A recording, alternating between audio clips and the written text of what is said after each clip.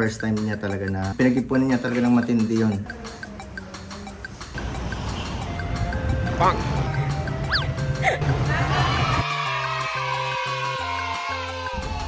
Oh my God! Ah! Parang laruan! Ang cute. Ang cute. Tinuruan yung pro ng non-pro. Ay, ang sarap talaga. Sa bed yan. May mga na-off sa inyo dun sa parang term ko na 100% sa akin ang galing. Mali lang talaga. Yung phrase ko siguro na yun, parang ang selfish ko.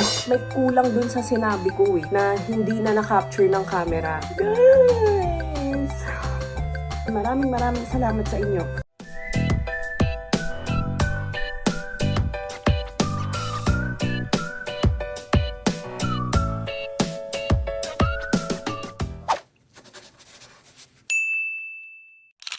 Hi guys and girls! Ngayon pala namin makuha yung carnival. Ngayon sobrang excited nga kasi nga actually first time namin tong bibili talaga ng sasakyan na yung sa amin talaga manggagaling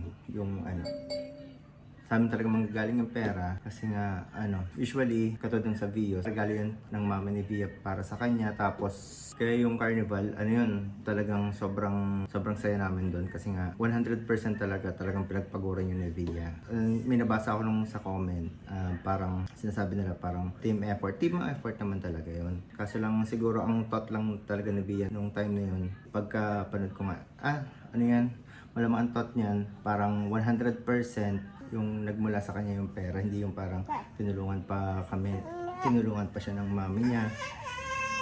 Parang ganun. Kung kung alam niyo lang, talaga yan, grabe yan mag-hustle. Nagtitimpla kasi akong kape. Yun nga yun sa nabasa ko kasi nga dapat daw i-acknowledge din ako. Oo naman, lagi naman ako ina-acknowledge niyan. Lalo na kunwari, ito, kasama ko si Oli.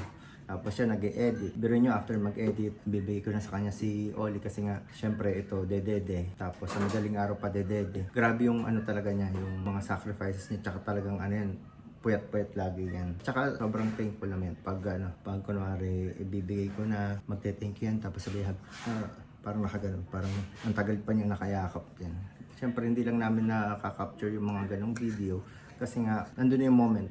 Siyempre hindi naman pwede yung kukunin namin yung camera para i-video ulit yung ganong moment. Medyo iba lang siguro yung thought ni Bien. Parang hindi naman big deal yung ganun sa amin. Parang ako, hindi daw na-acknowledge. Pero lagi naman niya akong na-acknowledge. Sana medyo maklarify yun Tsaka huwag kayo mag-alala, naman yan. Siguro iba lang talaga yung thought niya nung time na yun.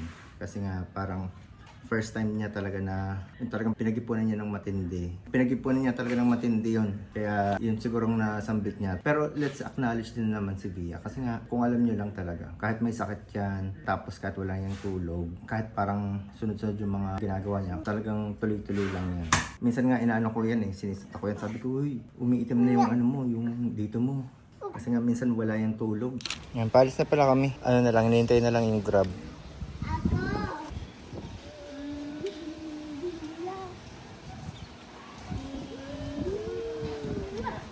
Yan na, yung car natin. Surprise! Why? Where are we going?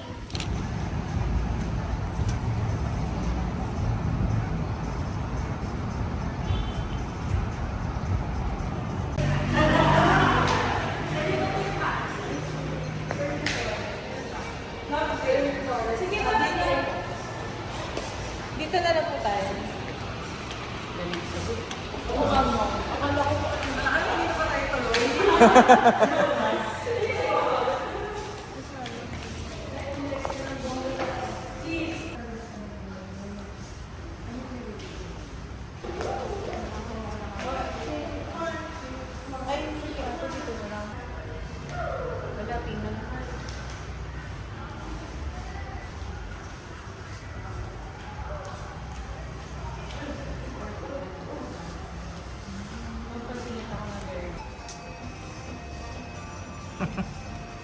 Buti may lounge sila dito. At yan yung pinapanood.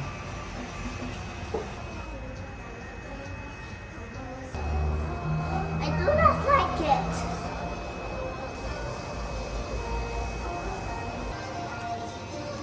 Can I get the About the fall.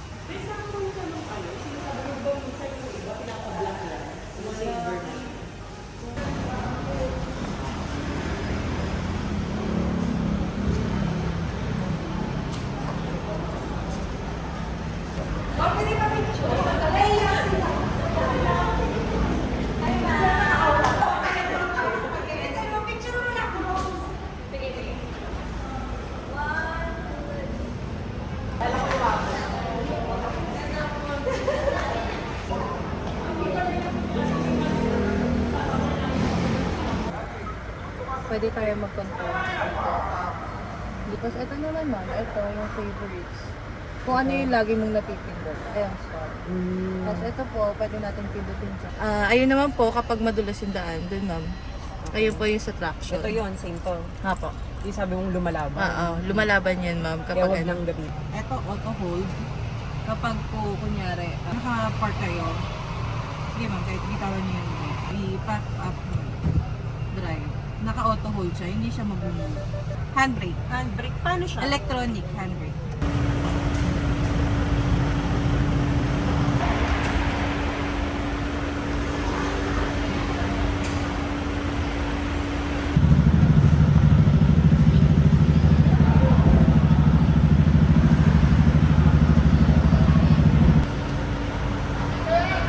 USB port. Para kung mag-charge mo nandito ka. Opo. Sa likod tayo ma'am. Ito yung umiinit lamig din, oh.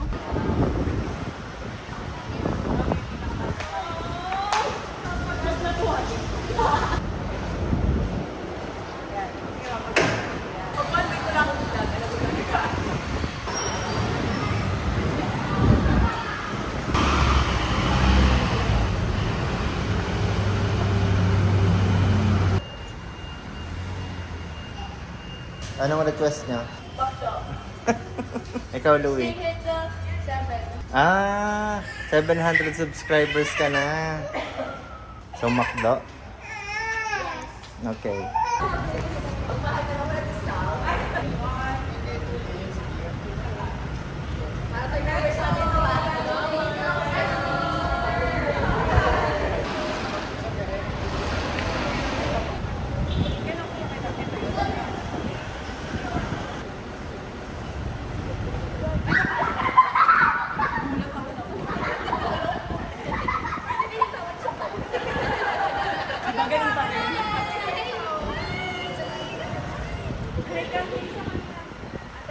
Okay, 1, 2, 3. 1, 2, 1, 2, 3. And yan naman sir. 1, 2, 3. 1, 2, 3. 1, 2, 3. Thank you, babe. Wala kayo na sa akin. Nag-grab lang kami. Kaya naman guys, Kate Kulala sa Pia Alabang kung pupunta kayo. Pakita ka. Hi po. Thank you.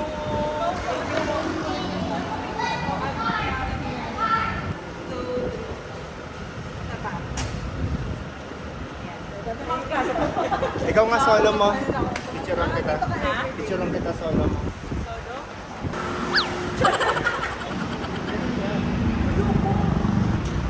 Bang! 1, 2, 3. Ay!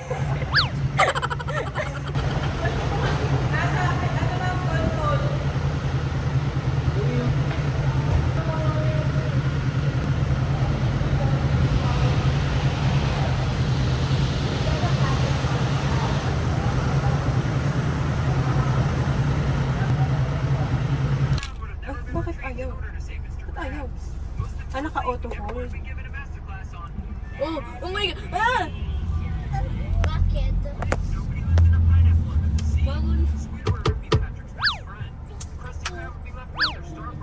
Ang dami kinakawayan, guys. Uy, ang lambot ng steering wheel. Parang laruan. Oo. Parang arcade pa. Dito ako kakaliwa, tama? Kakanan. Kakanan ako. Oo. Wow, I can do this. Ano yun? May ano siguro, may mga parating. Galing, no? Oo, may mga parating sigurong sa motor kaya pinawarningan ka. Ang galing. Hawak maigi. Ate si Oli, yung dibdib ni Oli. Wala tayong dalang car seat eh. Ano naman third seat? Oh my God, so bright. Sorry, wala pa rin tong tint, guys. What the? Ang galing naman na ano niya yun. Nade-detect niya na may paparating kahit malayo pa. Hindi ko siya tansyado. Ayoko sumingit. Ano ba yun? Dami namang tumutunog. Ano? Parang arcade. Para akong naglalaro. Sobrang Sobrang lambot ang steering wheel. lambot, sobrang gaan. Tapos nakakatakot. Parang mas gusto ko yung sa Tayara kasi mga ano siya, mga bigat. Oo. Kumbaga kunyari pag nagulat ka, hindi ka mapapagat. Pero masasanay tayo. Nakalak na tayo, okay? Home. What is that mocktail?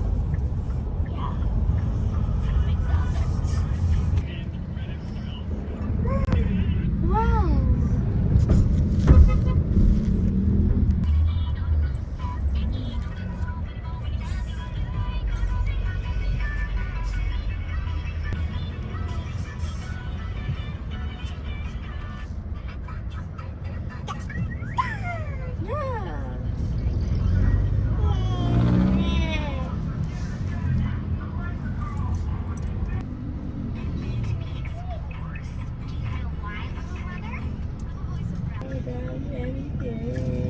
Ang cute. Ang cute. Ang cute ng tunog yun. Tok, tok, tok, tok. Where's that sound Hindi, come tik, tik, from? tik, tik, tik. Ito, tok, tok, tok, tok, tok. At sarap i-drive. I-drive mo to, Al. Yung. Sige, try ka. Try mo syempre, no? Gamay mo na. Wow! Kala mo naman ako talaga nagturo. Ano lang naman, madali lang naman. Huwag kang lang kakaba. Tinuruan. Tinuruan yung pro ng non-pro. Pro ang lisensya niya ni Daddy Al. Taray, kaya niyan mag-drive ng truck, guys. Kaya kung kailangan nyo ng driver ng truck, charot, joke lang. Nag-drive kasi ako dati ng truck. Ay, ang sarap talaga. Oy. Ang ano. Tapos ang sarap tumapak sa gas pedal. Oo. Gugustuhan. Okay. Hindi na ako pa... Oo nga, no? We have arrived. Kuya, bagong sasakyan. Sige, thank you. Tapos yung mga sasakyan natin, puro nasa labas na. We have 3 cars now. Wala. Sabi ko sa'yo natin, puro nasa labas na. What depends on our parents. Saan ako magpa-park? Wala pala. Guys, wala palang paglalagyan yung ano, sasakyan. Ayan. Dalawa oh. Mga ayaw mag-park sa garahe. Tatlong sasakyan ang kasya sa garahe, ayaw i-park. Ayan. Oh? May ganon? Huh? May parang gumaganon din. Remember that time I fixed the clock? Now it's not. That's not our house. I can't put you just like a daughter's father. It's really funny. You could call me Dad. Pasok ko muna yung ano. Ang galing ko Starets. magmaniobra pa. Oo nga, isahan lang. Somebody pick the others. Others in.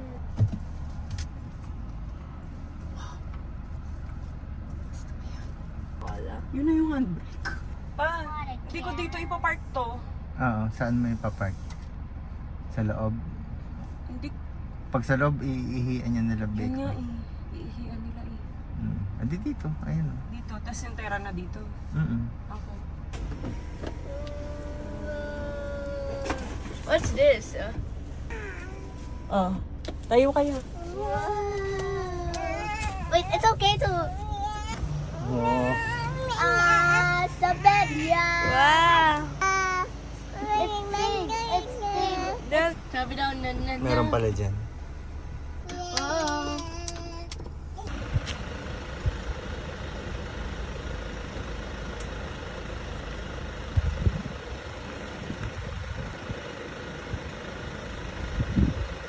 Nandito na kami sa bahay. Grabe pagkadating ko dito, pag-akyat ko dito sa kwarto, parang biglang bumagsak yung resistensya ko. Camera pala tong gamit ko, guys, kasi hindi namin alam kung nasan yung camera. Actually, kahapon pa siya nawawala. Kanina, puro phone yung gamit namin. Phone ko, tsaka phone ni Louie, yung dati kong iPhone. Hindi namin mawari ni Daddy Al kung saan namin nalagay kahapon. Kasi Dalawa yung pinuntahan namin yung Kia tsaka yung pinagpagawa namin ng Starex. Kasi nga, diba, ibebenta na rin yun. So, marami kaming mga pinapalitan para naman maayos kapag nalipat na siya ng owner. Tapos, pina-PMS na rin namin and all. Basta, pina-check up namin siya lahat. Ayun, hindi namin mawari kung saan namin nalagay. Tapos, ang nangyari pa nun, nag-grab kami papunta doon nga sa pagawaan sa customer's cradle. Hindi sure si Daddy Al kung bit niya yung camera. Kasi ako sure ako, wala talaga akong bit. Ayun, hindi namin siya mahagilap kung nasaan. Pero kanina pa kami naghahanap, tinignan na namin lahat ng sasakyan, lahat ng bag namin sa office. Basta lahat dito yung nalugog na namin.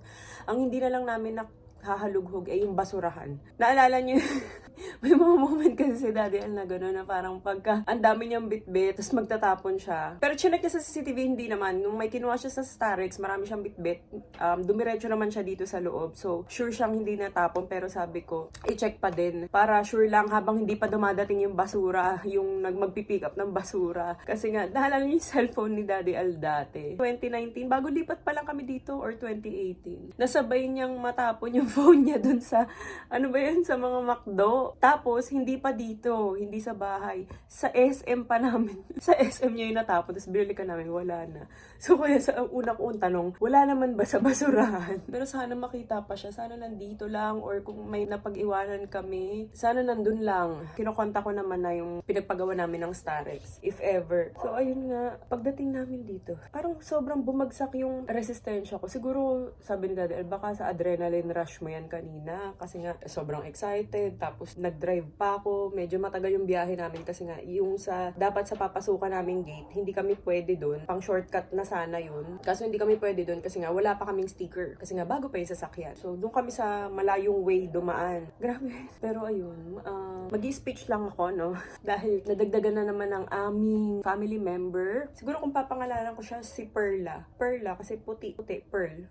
Snow Pearl siya so baka si Perla siya, no? Gusto ko lang mag-thank you. Siyempre, unang-una kay Lord. Grabe yung blessings na binibigay niya sa amin. Pangalawa, siyempre sa inyo. Yung mga sumusuporta sa amin noon pa hanggang ngayon, maraming salamat sa inyo. Wala kaming ganyan kung hindi dahil sa inyo, kaya sa ating lahat yan. Kaya ayan guys, so congratulations sa atin and siyempre kay Daddy Al. Hindi ko naman magagawa to. Hindi ko naman kakayanin lahat kung hindi dahil sa kanya. So ayun, alam naman ni Daddy Al yan kasi lagi ko naman yan sinasabi sa kanya kapag kunyari syempre maghapon ako nag-e-edit. Minsan nagsusorry ako dyan. Kasi nga syempre pag maghapon ako nag-e-edit, ibig sabihin maghapon din siya nakabantay kay Oli. Ayun, sobrang thankful ko dyan kay Daddy Al dahil grabe yung suporta na binibigay niya talaga sa akin sa mga gusto ko. Alam niyo yan, nung nakaraang vlog, yung sabi ko nagbayad na ako. Medyo may siguro yung mga na-off sa inyo dun sa parang term ko na 100% sa akin ang galing. Kaya habang ini-edit ko ngayon, sabi ko bakit parang ang off? Pero kasi baka parang mali lang yung term na nagamit ko. Pero kasi ang point ko dun, di ba, ang kasunod nun parang kasi nasanay ako na yung mga sasakyan ko puro regalo ni mama sa akin. Ngayon parang masyado akong na-overwhelm siguro nung time na yun na ang sinabi ko parang 100% sa akin ang galing. So ang inaano nyo kasi parang i-appreciate ko din si Daddy Al. Naku, kung alam nyo lang guys. Nung kinuha ko yung sasakyan na yan, talagang sa kanya ako unang-una umiyak. Sobra-sobra akong nag-thank you dyan. Kasi nga, syempre, again, hindi ko naman yan magagawa kung hindi rin dahil sa kanya. Totoo naman guys na team talaga kami. Team talaga. Mali lang talaga yung phrase ko siguro na yun na parang sabi ko, parang ang dating parang ang selfish ko sa part na yun. Kaya I'm sorry. Kaya sabi ko kay Dayal, parang papakinggan mo, no? Parang ang pangit pala talagang pakinggan. No? Parang ang selfish ko sa part na yun. Kasi may kulang dun sa sinabi ko na hindi na na-capture ng camera. Yun nga, yung parang nag-thank you ako kay Daddy Al nun. Ayun, parang, pero alam naman niya ni Daddy Al na sobrang thankful ako sa kanya talaga. Syempre, idagdag ko rin si Ate Ayi and si Louie, no? Kasi yung mga ate ni Oli, grabe din talaga siyang bantayan. As in, minsan si Ate Ayi kahit maghapon galing sa school, kapag ka nakita niya talagang may ginagawa ako, tsaka si Daddy Al, magkukusa yan, akin na si Oli. Basta pag nakabihis na siya, nakapaglinis na siya, akin na si Oli. Gaganon yan. Kukunin niya. Manonood lang yan sila, tapos minsan napapatulog pa talaga ni Ate Ayi si Oli. Nang siya lang. Kaya sobrang proud din ako dyan kay Ate Ai. Napakaswerte ko dyan kay Ate Ai.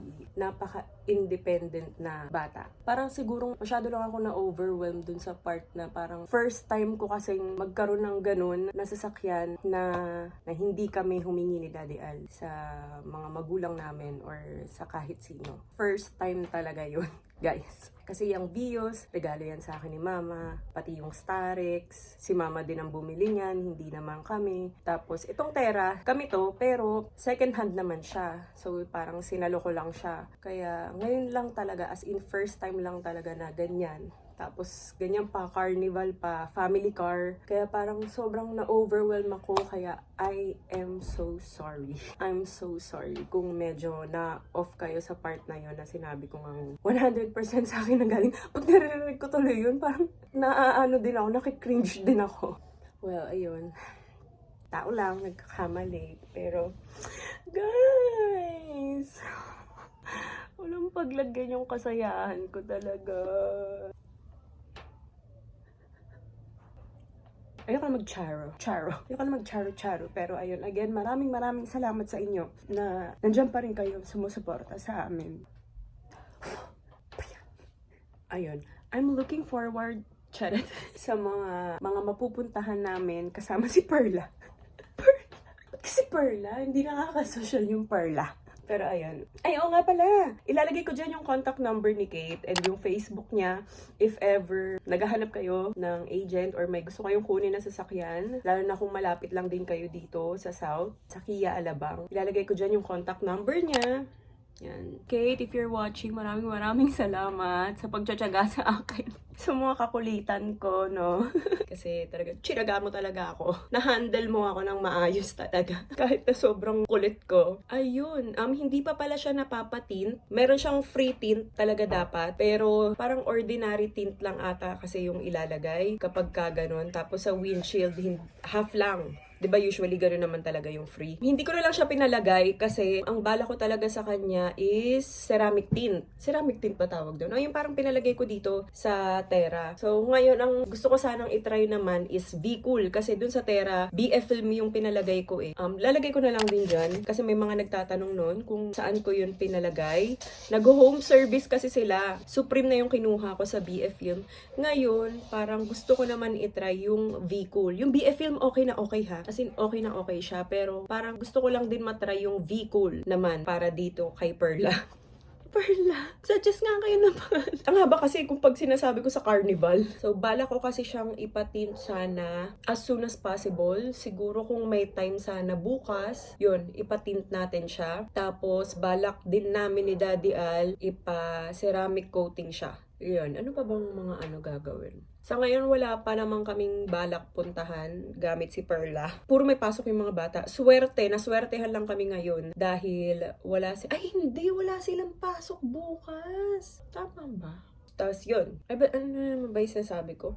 Kasi sumasama talaga yung pakiramdam ko, guys. Pasensya na. Parang bumagsak talaga yung ko. Yung alam nyo yung parang feeling nyo magkakasipon kayo ng matindi or uubuhin or parang tatrangkasuhin. Ganun yung pakiramdam ko pag uwi ko. So, tatry namin bukas. Pero ceramic coating, baka, ano ba ngayon? March. Baka by April ko na siya ipa-ceramic coating kasi masyado na siyang mahal. Ang cute ng pantulog ko, no? Ayun siya, oh. Hindi ko alam kung napakita ko to sa inyo, pero in-order ko to sa TikTok shop. TikTok shop na naman.